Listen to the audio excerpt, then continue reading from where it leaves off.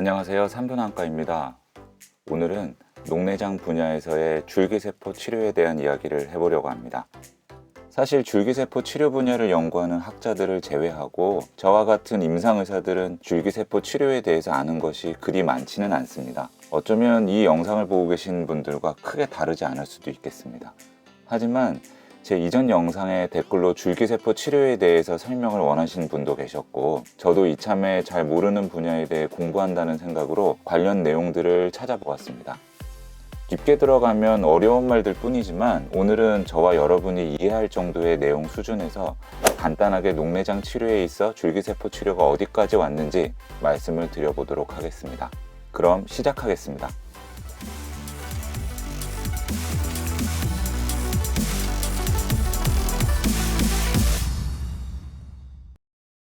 먼저 줄기세포는 아직 분화되지 않은 세포로 장차 여러 가지 유형의 세포로 분화될 수 있는 잠재력이 있는 세포라고 할 수 있겠습니다.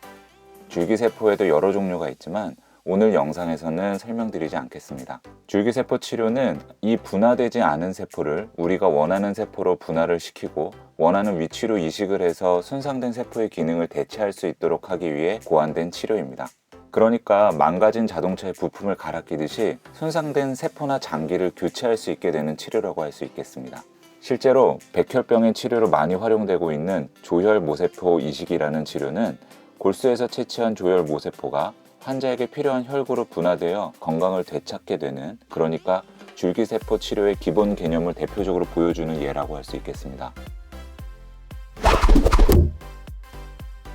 녹내장의 치료는 안압을 낮추는 것이라고 제가 여러 번 말씀드렸습니다. 하지만 이 치료는 이미 손상되고 기능을 잃은 신경세포를 되살리는 치료가 아니기 때문에 현 시점에서는 이미 시기능을 잃은 환자분들에게는 더 이상 손을 쓸 수 없는 것도 사실입니다. 줄기세포 치료는 이런 환자분들에게 신경을 되살리는 치료로 기대되고 있는데요. 녹내장 분야에서 줄기세포 치료는 크게 두 가지 세포를 타깃으로 하고 있습니다. 첫째로 섬유주 세포입니다. 녹내장이라는 병은 안구방수가 빠져나가는 출구인 섬유주의 기능이 망가지고 그것으로 인해 안압이 상승하게 되며 그 안압에 의해 시신경이 손상되는 질환이라고 설명할 수가 있는데, 마치 막힌 하수도를 새로 다 교체하는 것과 같이 줄기세포 치료를 통해 손상된 섬유주 세포 대신 건강한 섬유주 세포가 일을 하게 되면 방수가 다시 잘 빠져나가게 되면서 안압이 떨어질 수가 있게 되겠습니다. 어쩌면 가장 궁극적이고 굉장히 획기적인 안압 하강 치료가 되겠지만 섬유주 세포를 치료하는 건 역시 신경세포를 재생하는 치료는 아니기 때문에 기존의 안압 치료처럼 시력을 회복시키지는 못합니다.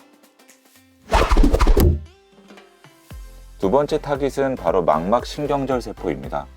녹내장을 세포 수준에서 정의하자면 점진적으로 망막신경절 세포가 죽어가는 병이라고 할 수 있는데, 여러분들께서 기대하시는 시력 회복이 달성되려면 이 망막신경절 세포라고 하는 시신경에서 가장 중요한 신경세포가 재생이 되어야 합니다. 당연히 줄기세포 치료의 주된 목표가 될 수밖에 없겠죠. 하지만 아쉽게도 녹내장 분야에서 줄기세포 치료는 아직도 걸음마 단계입니다. 왜 그럴까요? 성공적인 줄기세포 치료는 몇 가지 장애물을 통과해야 가능합니다. 먼저 이 줄기세포가 우리가 원하는 섬유주 세포나 망막신경절 세포로 정확하게 분화되게 만들어야 합니다. 두 번째로 이렇게 분화시킨 세포들을 우리 눈에 원하는 곳으로 안전하게 잘 옮겨야 하고, 세 번째로 옮겨진 세포들이 원래의 세포들 혹은 신경계에 잘 연결이 되어야 합니다. 네 번째로 이렇게 정착한 세포들이 장기간 안정적으로 자리를 유지해야 하고, 마지막으로 그런 일련의 과정에서 특별히 심각한 부작용을 일으키면 안 되겠습니다. 이 중 한 단계만 만족해서는 안 되고 모든 과정을 만족해야 하기 때문에 누가 봐도 쉬운 과정은 아닐 것입니다.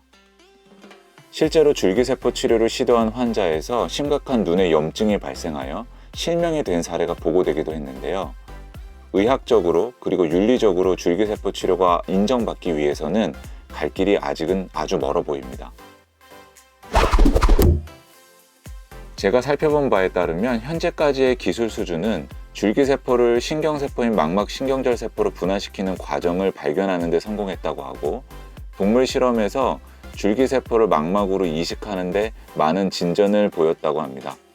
위에서 말씀드린 5가지 단계에서 아직은 1, 2단계 정도에 해당하는 수준이라고 할 수 있겠죠.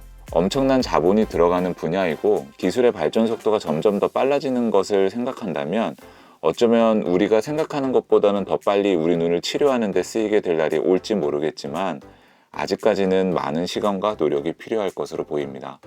많은 녹내장 환자분들께서 사실 신경을 재생하는 치료가 나오기를 기대하고 기다리고 계신 것을 잘 알고 있습니다. 녹내장을 치료하는 저 역시도 하루빨리 그날이 다가오길 간절히 기다리고 있습니다. 하지만 아직까지는 녹내장을 치료하는 공인된 치료 방법은 안압을 낮추는 치료뿐이라는 것을 다시금 강조드려야 할 것 같습니다. 그놈의 안압, 이제는 지겹다고 생각하실지 모르겠지만 제가 오늘 줄기세포 치료에 대해 말씀드린 것처럼 아직까지 현대의학 수준에서는 안압을 낮춰 녹내장의 진행을 최대로 늦추는 것이 최선입니다. 마음이 지칠수록 잘못된 방법에 현혹되기가 쉽습니다. 인터넷을 찾아보면 이러저러해서 녹내장을 치료했고 완치가 되었다는 많은 이야기들이 떠돌고 있음을 알고 있습니다. 안과 의사로서 여러분들께 부탁드리고 싶은 것은 그런 잘못된 정보에 몸과 마음의 건강 그리고 돈까지 잃는 일이 없었으면 좋겠습니다. 오늘은 여기까지 말씀드리도록 하겠습니다. 제 영상이 도움이 되셨다면 구독과 좋아요, 댓글 부탁드립니다. 감사합니다.